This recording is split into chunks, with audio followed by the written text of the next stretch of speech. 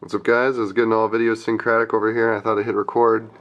I just got this movie Best Soundwave recently, and I got on the Bayformers boat way late, so I totally missed all of the the first three movies and all of the toys surrounding that. He's got some floppy legs, so you have to make sure his center of gravity is centered.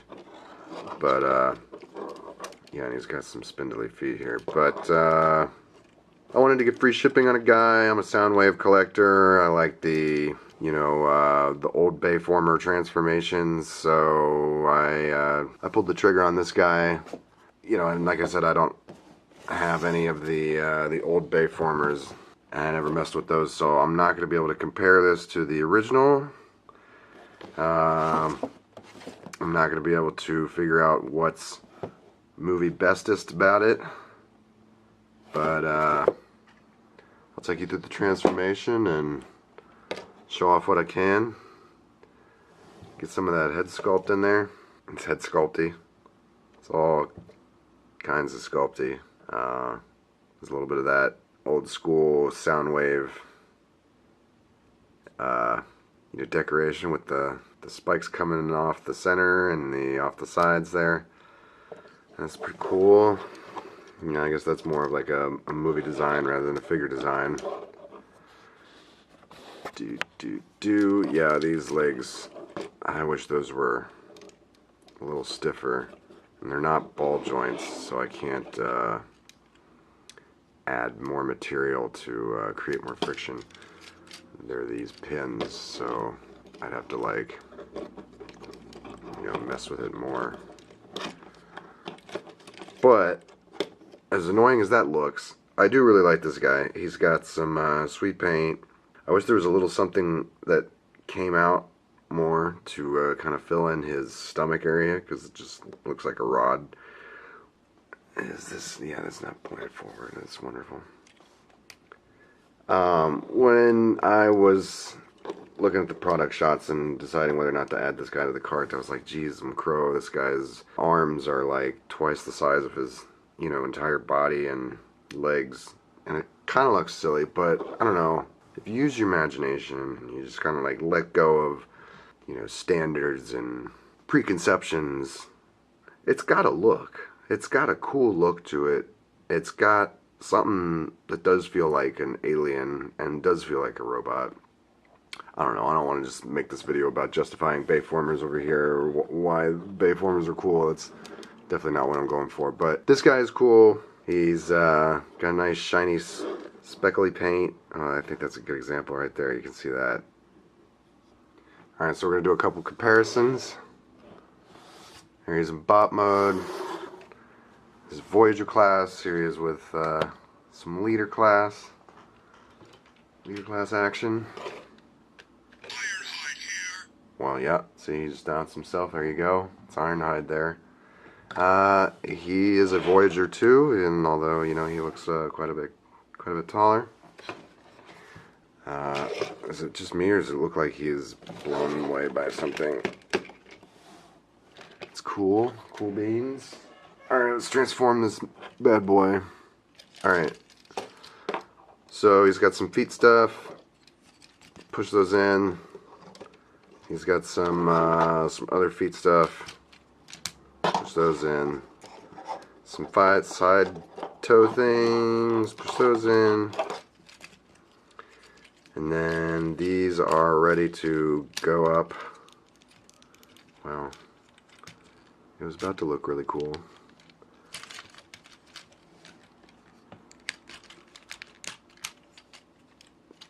Dum-dum-de-dum. I want to get... Oh, see, I didn't push that up all the way. That's my problem. Well, there's your problem. Dum-dum-de-dum. Alright. Technically halfway done. A little bit. I don't know if this is where you put all the kibble on the back. It seems like the best way to do it for me. So, his arms are like 80% of the vehicle. And that's why they're so big. So, these come out. Well, they come down. They come out and then come down. So you're going to make like the majority of the sides of the car out of his arms. And then you just kind of have to look. It's like a jigsaw puzzle. You know, you just look for the pieces that are gonna go where there are gaps for them, and then you just put them there. And if you think about transformations like that, some transformations become more fun, and some unfun transformations remain unfun. And that's how you know you got a good transformer or not, if you ask me. I should probably have put this little thing back up in its... Oh yeah, I think that's going to be... Oh, let's see. I forgot a part. Okay, so this is going to come up and become the seat with a little peg in there. Was this some sort of Human Alliance thing? I couldn't tell you. But the the transformation sure is masterpiecey, and it feels like the MP Bumblebee for me, and for that reason I like it. And it's got that sparkly paint job, which I do not suspect. I forgot it again. I do not suspect the original release had a quite a nice sparkly paint finish. This is this. But look at that. That's satisfying. It feels masterpiecey. Oh. Okay. So blah blah blah. Get those in, and then this comes out. That's a tight latch.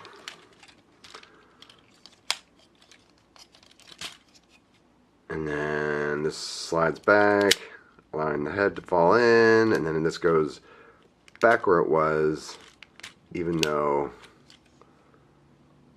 you'd think with that extra mobility that it would go other places, but don't worry about it. Get some nice satisfying clicks and clacks. These are painted up so it look like the exterior of the vehicle mode, but no, they're just painting it up because they're doing you a favor. They go on the inside, and if we didn't have this all these arm pieces all folded up, this would be nightmarish.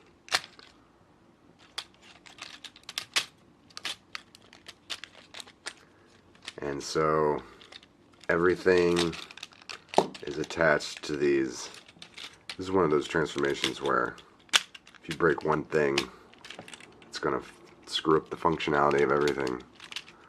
But yeah, this whole arm assembly rotates on this guy, and that's what's going to allow us to scoot everything in. And it's a couple different directions. You have to be moving things at a time, at once. But as long as you have done it once or twice before and you know what you're doing, it's not a problem. And for people like me, I think it's fun as hell. So you get his little butt quarters together. My heat's going to turn on because it is November. And I probably should have had that part ready to go before I did that. Wouldn't that be nice if that was already done? Pop that in, and look at that. That is nice. It did not look a second ago like it was going to become a sleek, compact little car. And love it.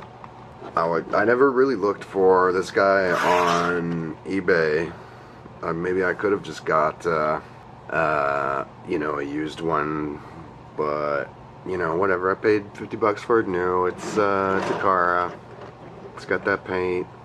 Hopefully it'll retain that that secondary market value or whatever. But here he is with MPM-B.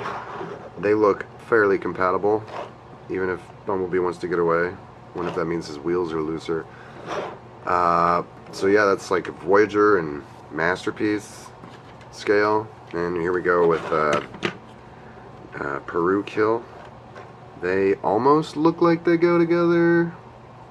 They kind of look like they go together. Maybe if this was like a smaller car. I guess now we're just going to talk about them. They look kind of like they go together. I don't know, maybe this is too wide. I don't know what sports cars look like in real life. And then here's what he looks like with Togman. And that's a deluxe car, kind of similarly colored and shaped and stuff like that.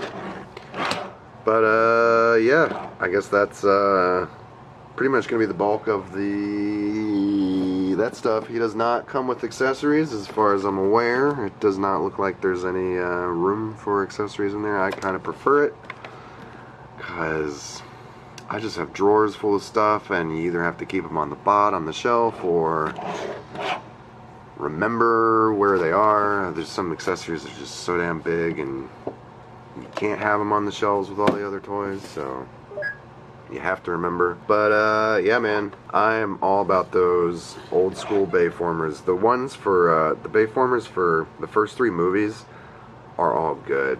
They got cool transformations. They got out there wild designs. They're doing unique things. They're pushing the envelope. They're reinventing things, and I think that's awesome. And that's what I'm about. Even though I'm a G1er, as you know, people say, like, these are not my Transformers, but they're still cool. So anyway, that's my phone making some noises. I don't know if I'm gonna edit that out. But anyway, I love it. If you're into Bayformers or cool, complex, fun transformations, I'd say get it. If you're into Soundwaves, I'd say get it. But either way, this has been another Video Syncratic review. Thanks for watching, guys.